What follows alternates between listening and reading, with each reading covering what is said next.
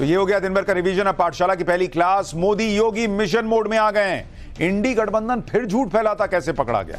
पूरा इंडी गठबंधन मिलकर जो न कर पाया, मोदी ने अकेले कर दिया।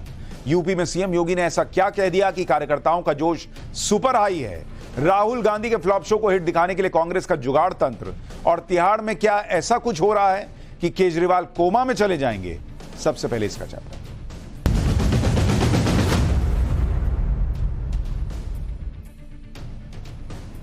इंडी गठबंधन वाले माहौल बनाने में आजकल बहुत तेजी से काम कर रहे हैं।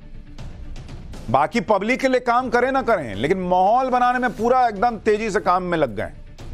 अब तक ये माहौल बना रहे थे कि लोकसभा चुनाव में मोदी हार गए, योगी हार गए। 2 दिन पहले विधानसभा उपचुनाव के नतीजे आए तो भी यही माहौल बनाने में जुटे हुए हैं। लेकिन लोकसभा चुनाव का सच क्या है वो देश और दुनिया देख चुकी। भाई नरेंद्र मोदी तीसरी बार पूरी धमक के साथ सरकार चला रहे हैं। तुमको कहना है जो कहते रहो, फर्क नहीं पड़ रहा। नरेंद्र मोदी ही पीएम है। राहुल गांधी को इकोसिस्टम प्रधानमंत्री दिखा सकता है, लेकिन देश के प्रधानमंत्री वो नहीं है। यही सच्चाई है। अब कड़वा गुड़ पियो, मीठा गुड़ पियो, लेकिन स्वीकारना तो पड़ेगा। इसी तरह से विधानसभा उपचुनाव के नतीजों का सच क्या है। जो आंकड़े दिखाए जा रहे हैं, वो बातें कही जा रही हैं, क्या वो वाकई सच हैं भी या नहीं। क्या उपचुनाव से इंडी गठबंधन मजबूत हुआ, या चुनाव में इंडी गठबंधन और एक्सपोज हो गया, उसकी लंका लग गई है। इसकी पूरी मजेदार कहानी आपको थोड़ी देर में बताऊंगा, तो आप कहेंगे कि गजब लेवल पे कांग्रेस और इंडी अलायंस चला गया। भाई कांग्रेस आज की डेट में कुछ कहे तो विश्वास करने के लिए हिम्मत चाहिए बॉस। इस लेवल पे वो लोग भ्रम फैला रहे हैं। इंडी अलायंस भ्रम फैला रहा है।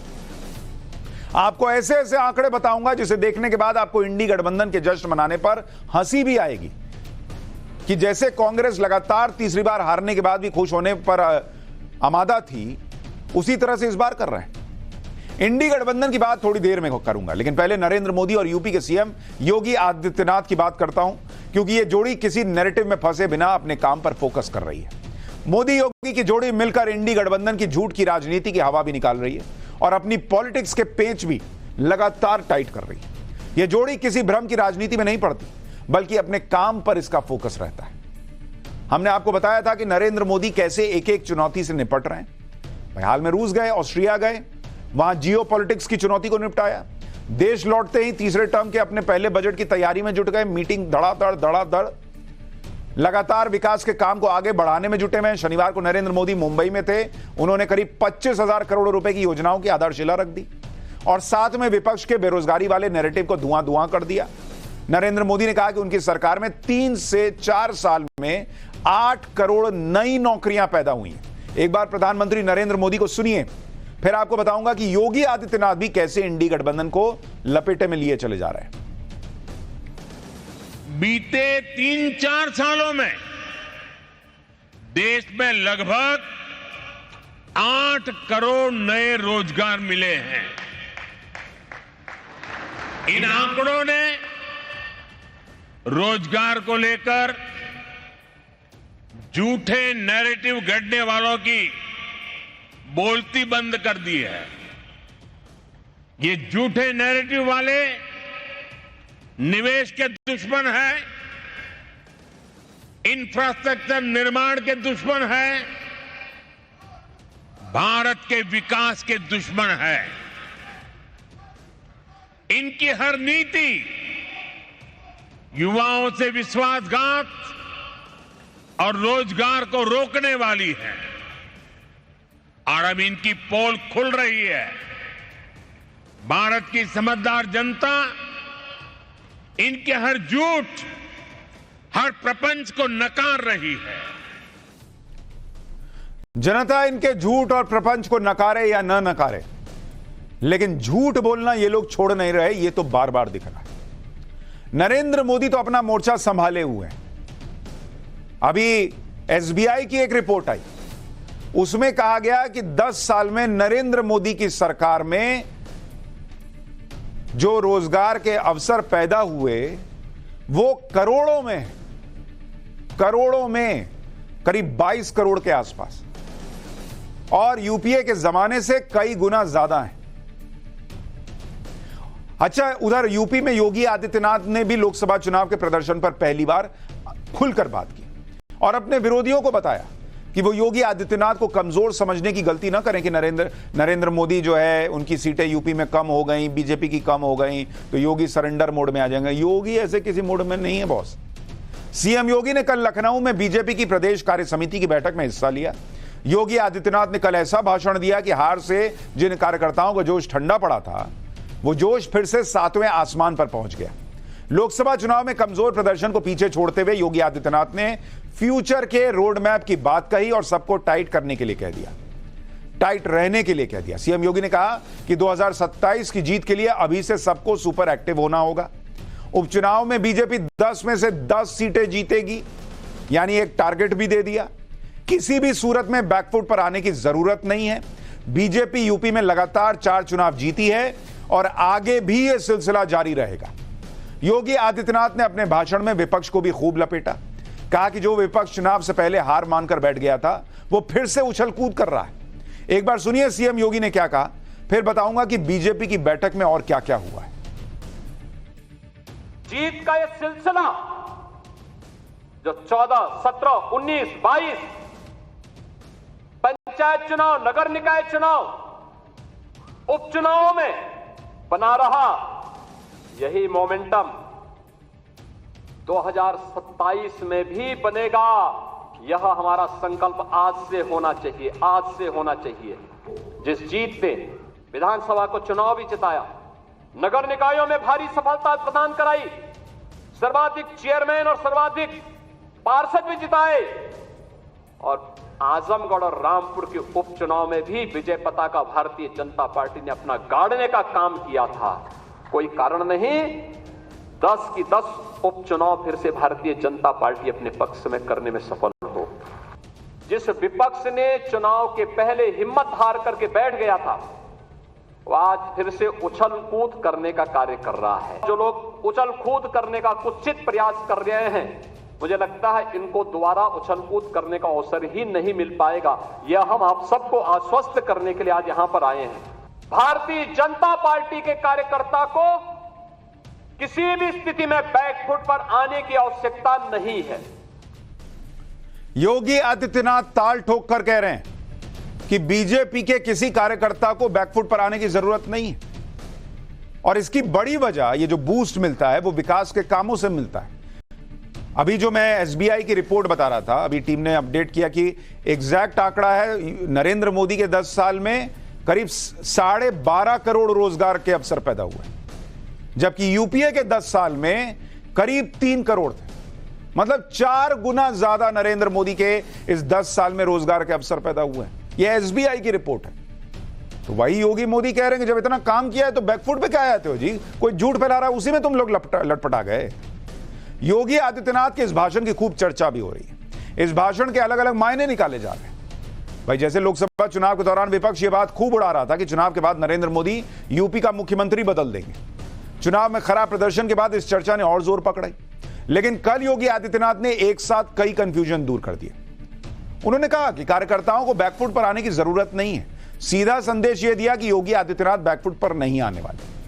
यूपी में सीएम योगी के सख्त मॉडल को लेकर जो लोग सवाल उठाते हैं, उसमें कल योगी आदित्यनाथ ने मुहर्रम का उदाहरण देकर साफ कर दिया कि उनकी सरकार जैसे चलती थी वैसे ही चलेगी। यूपी में कमजोर प्रदर्शन के लिए योगी आदित्यनाथ पर भी उंगलियां उठ रही थी, लेकिन उन्होंने साफ कहा कि चुनाव में अति आत्मविश्वास ने भी चोट पहुंचाई है। यानी योगी आदित्यनाथ सीधी और सपाट बात करने से नहीं हिचके। उन्होंने कार्यकर्ताओं में जोश तो भरा ही, साथ ही यह भी बता दिया कि कार्यकर्ता अगर ज्यादा एक्टिव रहते तो नतीजे कुछ और हो सकते थे। यूपी में बीजेपी के कमजोर प्रदर्शन की वजह को लेकर जो रिपोर्ट बनी थी, उसमें कार्यकर्ताओं की नाराजगी, उनकी उदासीनता और सरकारी मशीनरी से उसके टकराव की भी चर्चा हुई थी। इसलिए शायद बीजेपी कार्यकारिणी की बैठक में हर बड़े नेता ने कार्यकर्ताओं का जिक्र जरूर किया, उनकी नाराजगी को कुछ कम करने की कोशिश की। बीजेपी प्रदेश अध्यक्ष ने कहा कि कार्यकर्ताओं के सम्मान से बड़ा कुछ नहीं है, इस सम्मान से कोई समझौता नहीं होगा। यूपी के सीएम योगी आदित्यनाथ ने भी कार्यकर्ता को बैकफुट पर न आने की बात कही। यूपी के डिप्टी सीएम केशव प्रसाद मौर्य ने कार्यकर्ताओं के असंतोष को कम करने के लिए यहां तक कह दिया कि संगठन सरकार से बड़ा है और रहेगा। सुनिए यूपी के डिप्टी सीएम को। संगठन सरकार से बड़ा है।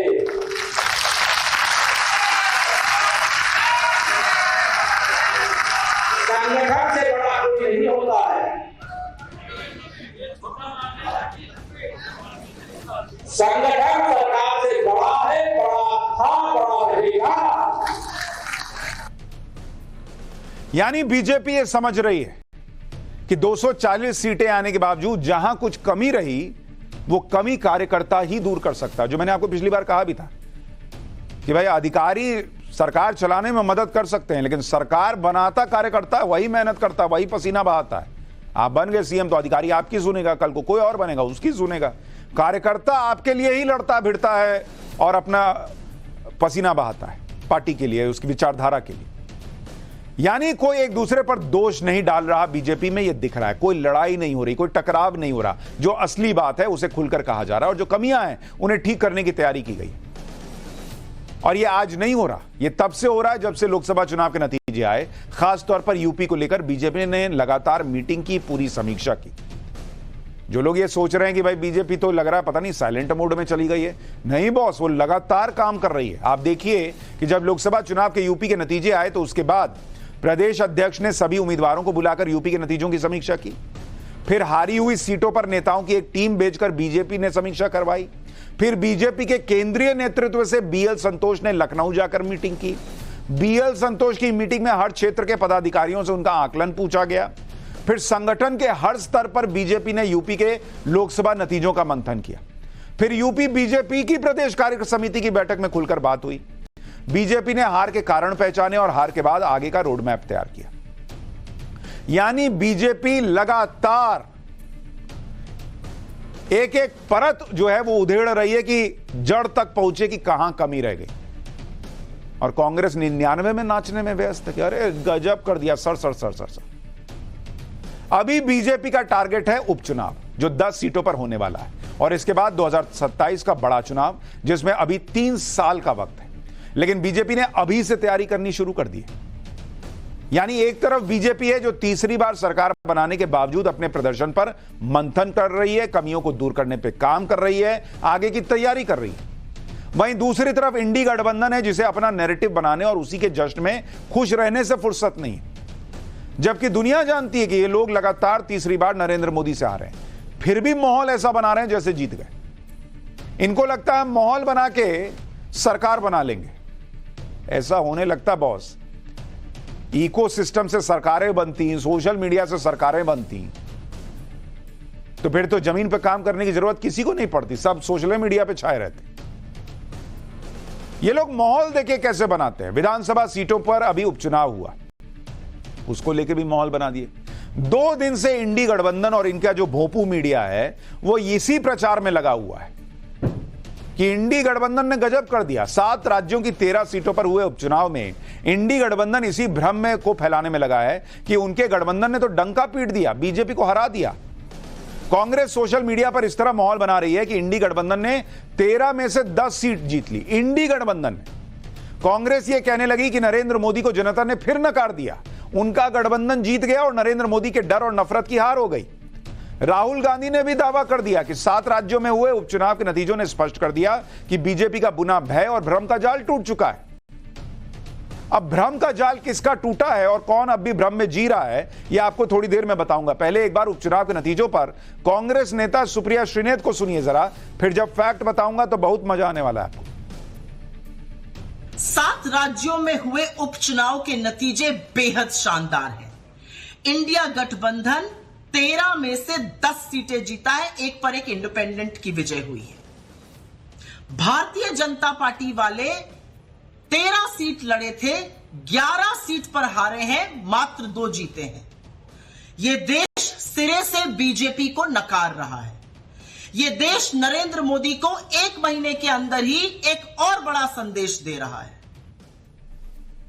देश किसको क्या संदेश दे रहा है मैं आपको बताता हूं और फैक्ट्स और सच के साथ बताता हूं। सच क्या है यह आप जब उपचुनाव के नतीजों की डिटेल में जाएंगे तो पता चलता है कि इंडी गठबंधन तो बॉस कह रहा है कि हम जीत गए, हम जीत गए। इंडी गठबंधन तो आपस में लड़ रहा था। जैसे आप बंगाल को देख लीजिए, बंगाल में 4 सीट पर उपचुनाव हुआ था और चारों सीटें ममता बनर्जी की पार्टी टीएमसी ने जीती। लेकिन कांग्रेस पार्टी जिस बंगाल की जीत को इंडिया अलायंस की जीत बता रही है, वो जीत इंडिया अलायंस की कैसे हुई भाई? जब ममता बनर्जी की टीएमसी के खिलाफ लेफ्ट और कांग्रेस ने चारों सीट पर उम्मीदवार उतारे हुए थे। कौन से बात का अलायंस बॉस? गठबंधन है, गठबंधन जीता तो गठबंधन का तो एक ही कैंडिडेट उतरेगा ना। ऐसा होता है कि तुम भी लड़ो हम भी लड़े और बाद में जीत गए तो जाके सट गए, ये हम भी तो जीते ना है। आप खुद देखिए, रायगंज सीट टीएमसी यहां पर जीती, बीजेपी दूसरे नंबर पर आई, कांग्रेस का कैंडिडेट तीसरे नंबर पर रहा। लेकिन सवाल तो यह है कि अगर कांग्रेस और ममता इंडी गठबंधन है और यह जीत इंडी गठबंधन की है तो कांग्रेस ने कैंडिडेट उतारा क्यों हुआ था भाई? राणाघाट दक्षिण की सीट टीएमसी ने जीती, बीजेपी दूसरे नंबर पर आई, सीपीएम लेफ्ट का कैंडिडेट तीसरे नंबर पर रहा। बगदा की सीट टीएमसी ने जीती, बीजेपी दूसरे नंबर पर आई, कांग्रेस का कैंडिडेट पांचवें नंबर पर रहा। मानिकतला की सीट टीएमसी ने जीती, बीजेपी दूसरे नंबर पर ही रही और सीपीएम का कैंडिडेट तीसरे नंबर पर रहा। यानी बंगाल में चारों सीट पर कांग्रेस और लेफ्ट ममता बनर्जी से लड़ते रहे और जब नतीजा आए तो ममता बनर्जी की सीट को इंडी गठबंधन का बता दिया। यह गजब है बॉस, मतलब लड़ेंगे अलग अलग और बाद में जीत की ट्रॉफी उठाने की बारी आएगी तो जाके सट जाएंगे कि दीदी हम भी तो साथ है ना, है इंडी वाले, हम लोग इंडी वाले। गजब चल रहा है बॉस। कैंडिडेट उतार रही है कांग्रेस ममता बनर्जी की पार्टी के खिलाफ और कह रही है ममता बनर्जी की जीत तो हमारी जीत है। यह वैसे ही हुआ कि आपको और आपके कोलीग को ऑफिस में काम मिला, आप कुछ किए नहीं, उसका काम खराब करने का प्रयास किए और जब उसका काम हो गया, उसको बोनस मिला, अकाउंट में पैसा आया तो पैसा लेने चले गए कि तुम्हारा इंक्रीमेंट मेरा इंक्रीमेंट, हम दोनों भाई ना है जी। इसी तरह से आप पंजाब का उपचुनाव देख लीजिए, वहां पर आम आदमी पार्टी और कांग्रेस दोनों एक दूसरे के खिलाफ लड़ रहे थे। पंजाब में जालंधर वेस्ट सीट पर उपचुनाव हुआ, जालंधर वेस्ट में आम आदमी पार्टी का कैंडिडेट जीता, बीजेपी दूसरे नंबर पर रही पंजाब में, कांग्रेस तीसरे पे खिसक गई, जबकि जालंधर लोकसभा सीट कुछ दिन पहले ही कांग्रेस ने बड़े अंतर से जीती थी। जालंधर लोकसभा में कांग्रेस के पूर्व सीएम चरणजीत सिंह चन्नी करीब 1,75,000 वोट से जीते, लेकिन जब जालंधर वेस्ट सीट का उपचुनाव हुआ तो कांग्रेस तीसरे नंबर पर गई, बीजेपी दूसरे पे आ गई, जबकि बीजेपी पंजाब में उतनी मजबूत भी नहीं है। और इसी पंजाब में कांग्रेस ने लोकसभा की 13 में से 7 सीट जीती थी। तो इस हार के बावजूद कांग्रेस जश्न मना रही और कह रही है कि उपचुनाव में भी इंडी गठबंधन ने मोदी को हरा दिया पंजाब में। कैसे बॉस?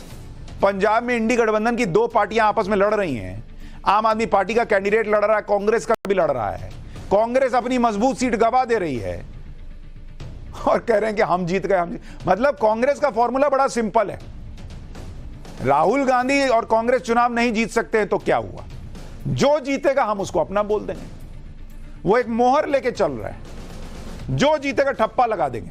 कांग्रेस जीती तो कांग्रेस की जीत, दूसरा जीतेगा भले आपको इनको हरा के जीतेगा लेकिन उसको कहेंगे हमारी जीत। आपने कहीं देखा कि एनडीए के 2 सहयोगी आपस में ही लड़ रहे हो कि भाई बीजेपी ने भी उतार दिया और मान लीजिए जेडीयू ने भी उतार दिया? ऐसा हुआ कहीं? मतलब मोदी के खिलाफ ब्रह्मांड में कोई लड़ ले, ये उसकी सीट भी इंडिया अलायंस में जोड़ के दिखा देंगे। ये है इनका झूठा नैरेटिव, राहुल गांधी के फ्लॉप शो को हिट दिखाने का नया तरीका। झूठ बोलो और भोपू मीडिया से भोपू बजवाओ, यही हुआ, यही हुआ, यही हुआ। जीते कोई, जीता हुआ दिखाओ राहुल गांधी। एग्जाम में पास हो कोई, लेकिन सर्टिफिकेट दिखाओ राहुल गांधी का। इंडी गठबंधन के बीच ही लड़ाई किस तरह की है, यह बात इस बात से भी समझिए कि कांग्रेस के नेता आम आदमी पार्टी पर हमले का कोई मौका नहीं छोड़ रहे। जैसे आज ही कांग्रेस की नेता रागिनी नायक ने आम आदमी पार्टी के सांसद राघव चड्ढा पर निशाना साधा। असल में राघव चड्ढा अपनी पत्नी और बॉलीवुड हीरोइन परिणीति चोपड़ा के साथ इंग्लैंड में विंबलडन का फाइनल मैच देखने गए थे और वहां से उनकी और परिणीति चोपड़ा की फोटो वायरल हो रही थी। इसी फोटो पर रागिनी नायक ने कमेंट किया और लिखा कि 8 से 10 लाख की टिकट खरीदकर विंबलडन का फाइनल देखता हुआ एक आम आदमी, मतलब जिस आम आदमी पार्टी की पंजाब की सीट को इंडी अलायंस की सीट बताकर अपना दिखा रहे हैं, उसी आम आदमी पार्टी को कोस रहे हैं।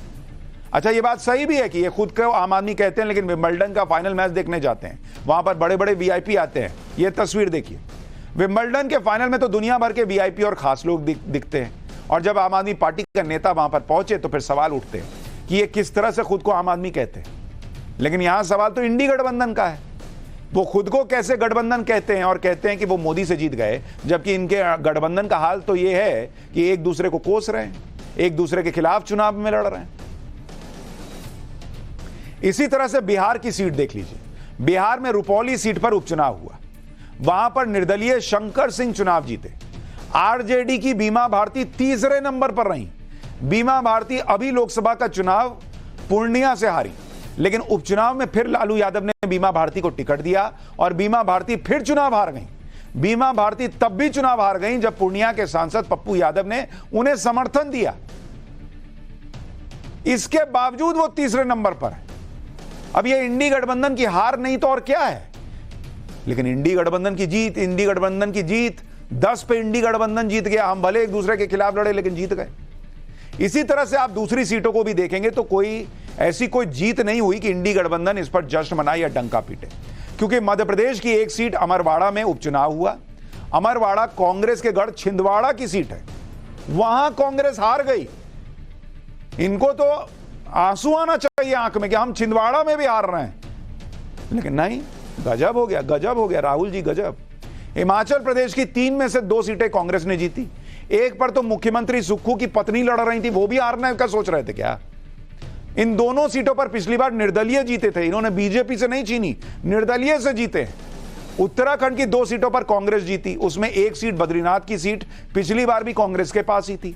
उत्तराखंड की मंगलौर सीट कांग्रेस ने जीती, वो पिछली बार बीएसपी के पास थी, वहां इस बार बीजेपी ने कड़ी टक्कर दी और सिर्फ 422 वोट से कांग्रेस जीत दर्ज कर पाई। ये तो इनकी सच्चाई है बॉस, उपचुनाव के नतीजों की। लेकिन कांग्रेस का जश्न ही खत्म नहीं हो रहा। इन्होंने तरीका यही बना लिया है कि हम पार्टी करेंगे, जीतेगा कोई उसको अपना रिजल्ट बताएंगे, हमारा भोपू मीडिया फैलाएगा, हम ये बता देंगे कि नरेंद्र मोदी तो खत्म है, हम ही जीत रहे हैं। वो इसी भ्रम में दुनिया को ले जाना चाहते हैं कि हम जीत रहे हैं और मोदी हार रहे हैं। अच्छा, एक तरफ ये लोग कुछ सीटें जीतने के आधार पर कहते हैं कि नरेंद्र मोदी को हरा दिया, लेकिन सच ये है कि ये सब लोग मिल भी जाएं तो आज भी लोकप्रियता के मामले में नरेंद्र मोदी से दूर दूर तक नहीं सटते। जिस रफ्तार से नरेंद्र मोदी काम कर रहे हैं, उस रफ्तार से दुनिया में उनके फॉलो करने वालों की तादाद आप देखिए कैसे बढ़ रही है। सोशल मीडिया प्लेटफॉर्म एक्स, जिसका पहले नाम ट्विटर था, उस पर नरेंद्र मोदी के फॉलोअर्स की संख्या 10 करोड़ पहुंच गई है। 10 करोड़, 100 मिलियन। और खुद नरेंद्र मोदी ने ट्वीट कर इस बात की जानकारी दी। पिछले 3 साल में नरेंद्र मोदी के 3 करोड़ फॉलोअर्स बढ़े।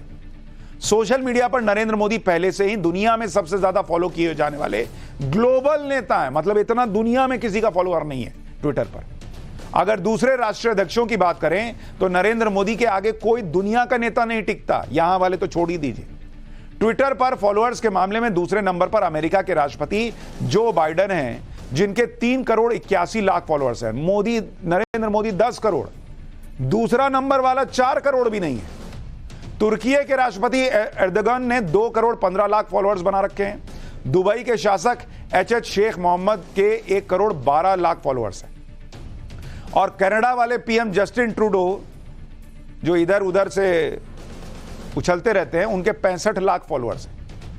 नरेंद्र मोदी बाकी सोशल मीडिया प्लेटफॉर्म पर भी छाए हुए हैं।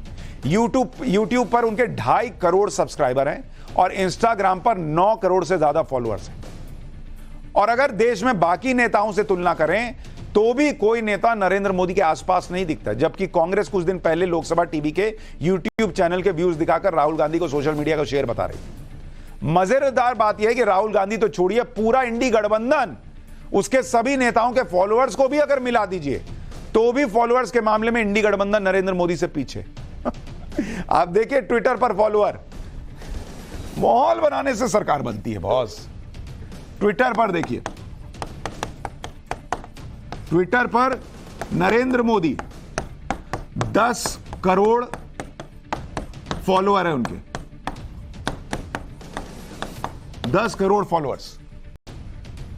और पूरा इंडी गठबंधन जो उनके बड़े नेता हैं, अब ऐसा छोटा मोटा को नहीं जोड़ रहा हूं, लेकिन पूरे इंडी गठबंधन के जो सारे बड़े नेता हैं, बड़े नेता, उन सबके फॉलोअर मिला दीजिए अगर ट्विटर पर, तो बैठता है 9 करोड़ 50 लाख।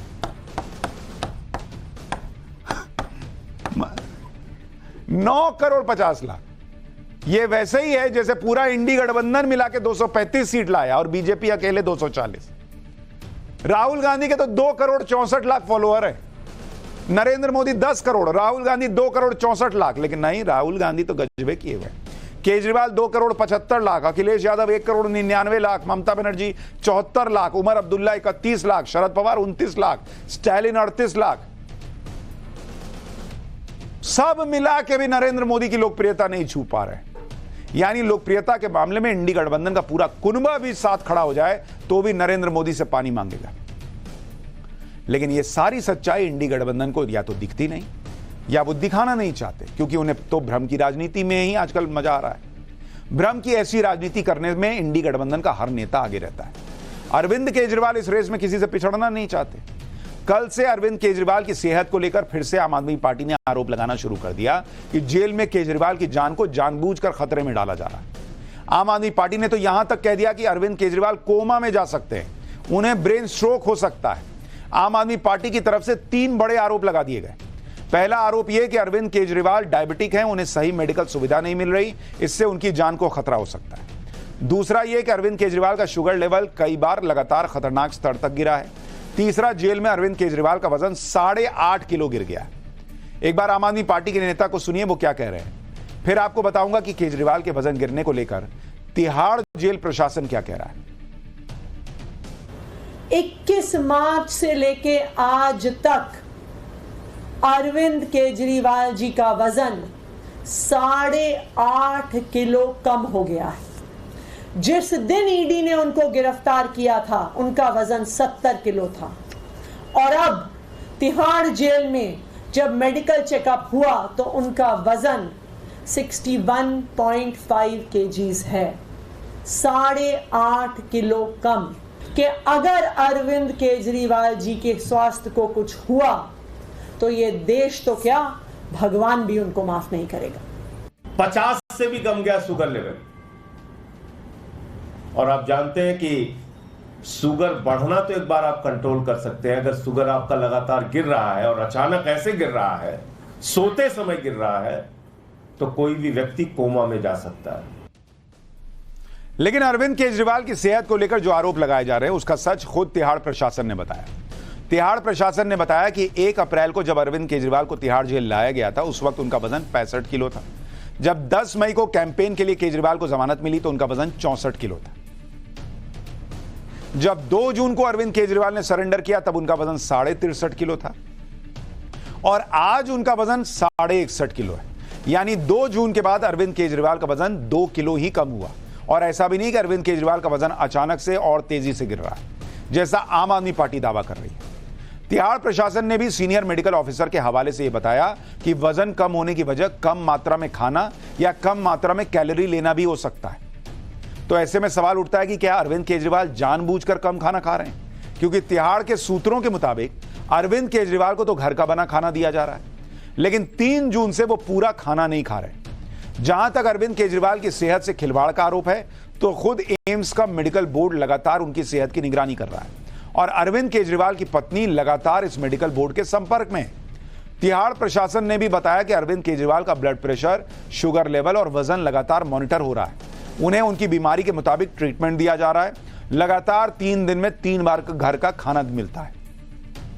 तिहाड़ प्रशासन ने आम आदमी पार्टी के आरोपों को गलत बताया है, उन्हें गुमराह करने वाला बताया है। अब जब तिहाड़ प्रशासन ने रिपोर्ट जारी कर सब क्लियर कर दिया है तो आम आदमी पार्टी को इस बात पर ऐतराज है कि तिहाड़ प्रशासन ने रिपोर्ट क्यों सार्वजनिक कर दी। अब कह रहे हैं कि बता क्यों दिए, पहले कह रहे थे कि जो वो बता रहे वो ठीक है, तिहाड़ प्रशासन ने रिपोर्ट दे दी। तो सुनिए संजय सिंह क्या कह रहे हैं। देखिए, पहली बात तो किसी भी मरीज की मेडिकल रिपोर्ट जारी करना ये एक अपराध है, और एक मुख्यमंत्री की मेडिकल रिपोर्ट एक नहीं कई बार जेल प्रशासन जारी कर चुका।